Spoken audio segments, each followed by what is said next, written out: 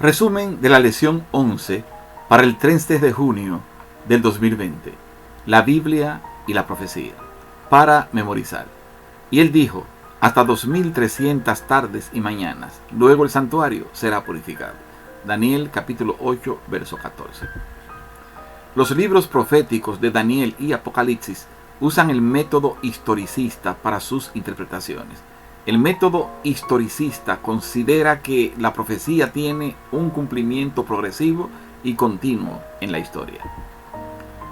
Dios es el único capacitado para hacernos conocer las cosas que aún no han ocurrido y nos lo revela a través de las profecías contenidas en su palabra.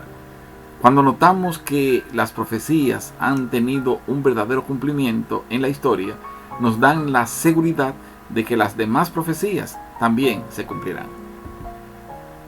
Jesús dijo, y ahora os lo he dicho antes que suceda, para que cuando suceda, creáis. Juan capítulo 14, verso 29. También dijo, desde ahora os lo digo antes que suceda, para que cuando suceda, creáis que yo soy. Juan 13, 19. Domingo 7 de junio. El historicismo y la profecía. El método correcto del estudio de las profecías es el método historicista, como hemos estado diciendo, basado en que la mayoría de las profecías de la Biblia siguen una línea ininterrumpida de la historia, desde el pasado al presente y hacia el futuro. Así es como la Biblia interpreta las profecías para nosotros.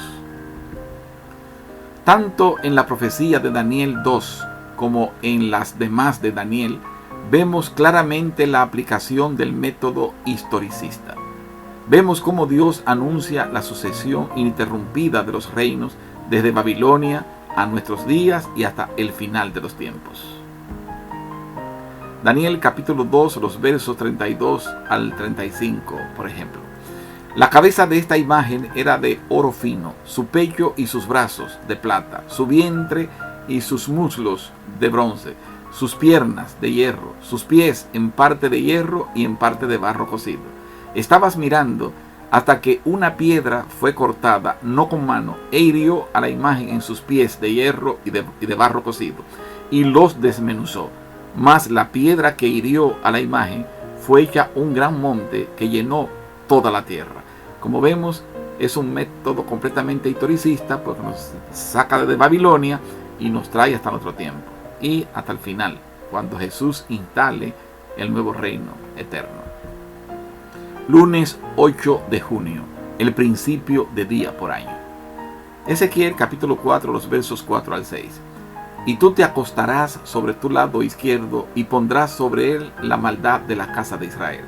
El número de los días que duermas sobre él, llevarás sobre ti la maldad de ellos. Yo te he dado los años de su maldad por el número de los días, 390 días, y así llevarás tú la maldad de la casa de Israel. Cumplidos estos, te acostarás sobre tu lado derecho, segunda vez, y llevarás la maldad de la casa de Judá 40 días, día por año te lo he dado. El principio de día por año indica que los períodos proféticos implican años en lugar de días cuando cumplen con algunos requisitos. Número 1. Insertados entre elementos simbólicos como bestias, cuernos, etc.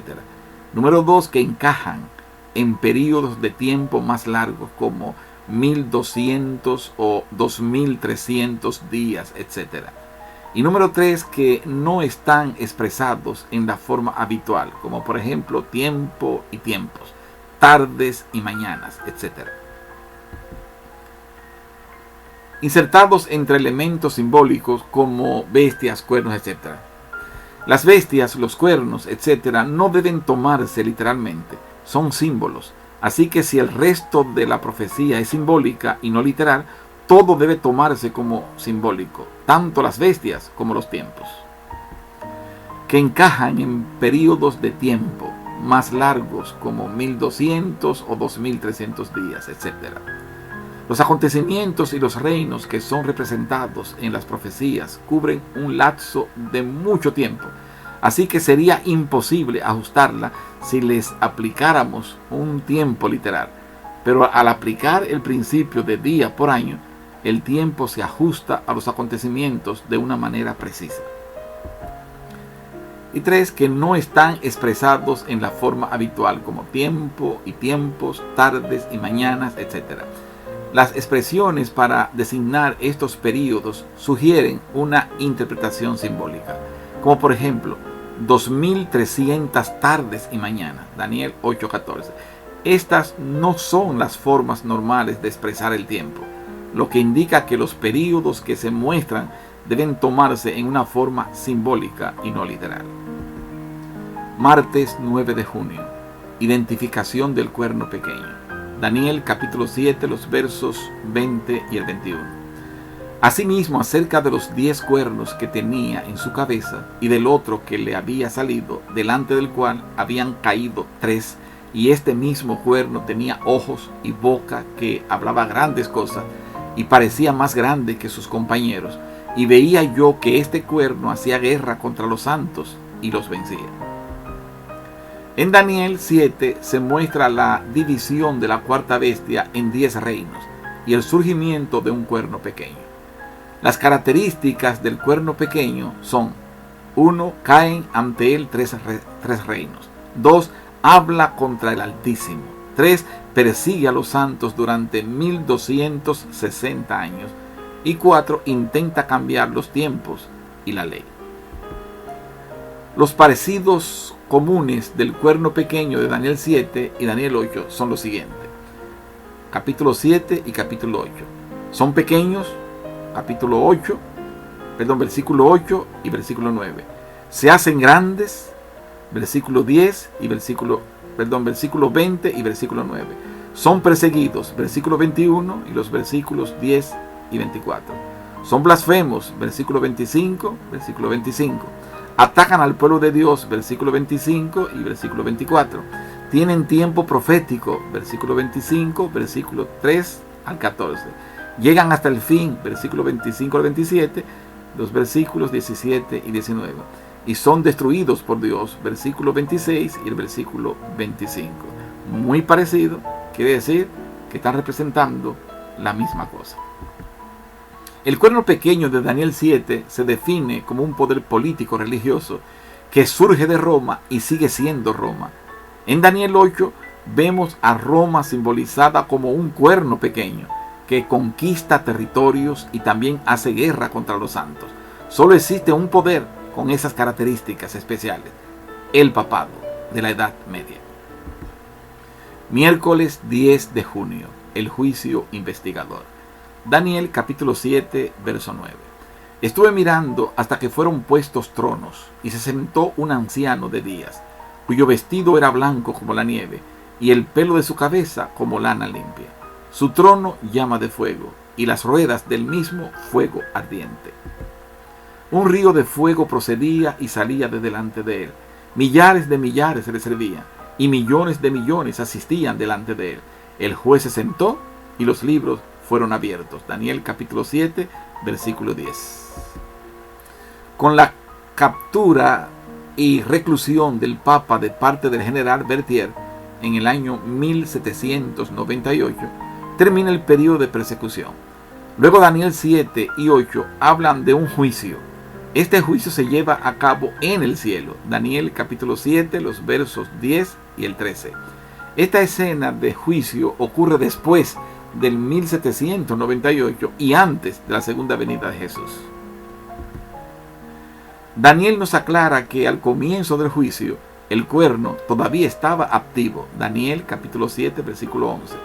Luego Daniel capítulo 8 y verso 14 y capítulo 9 verso 24 nos indican el tiempo de su comienzo. Aquí se nos indica que el comienzo del juicio o de la purificación del santuario sería al finalizar la profecía de los 2300 días o años proféticos, que son literales, por supuesto.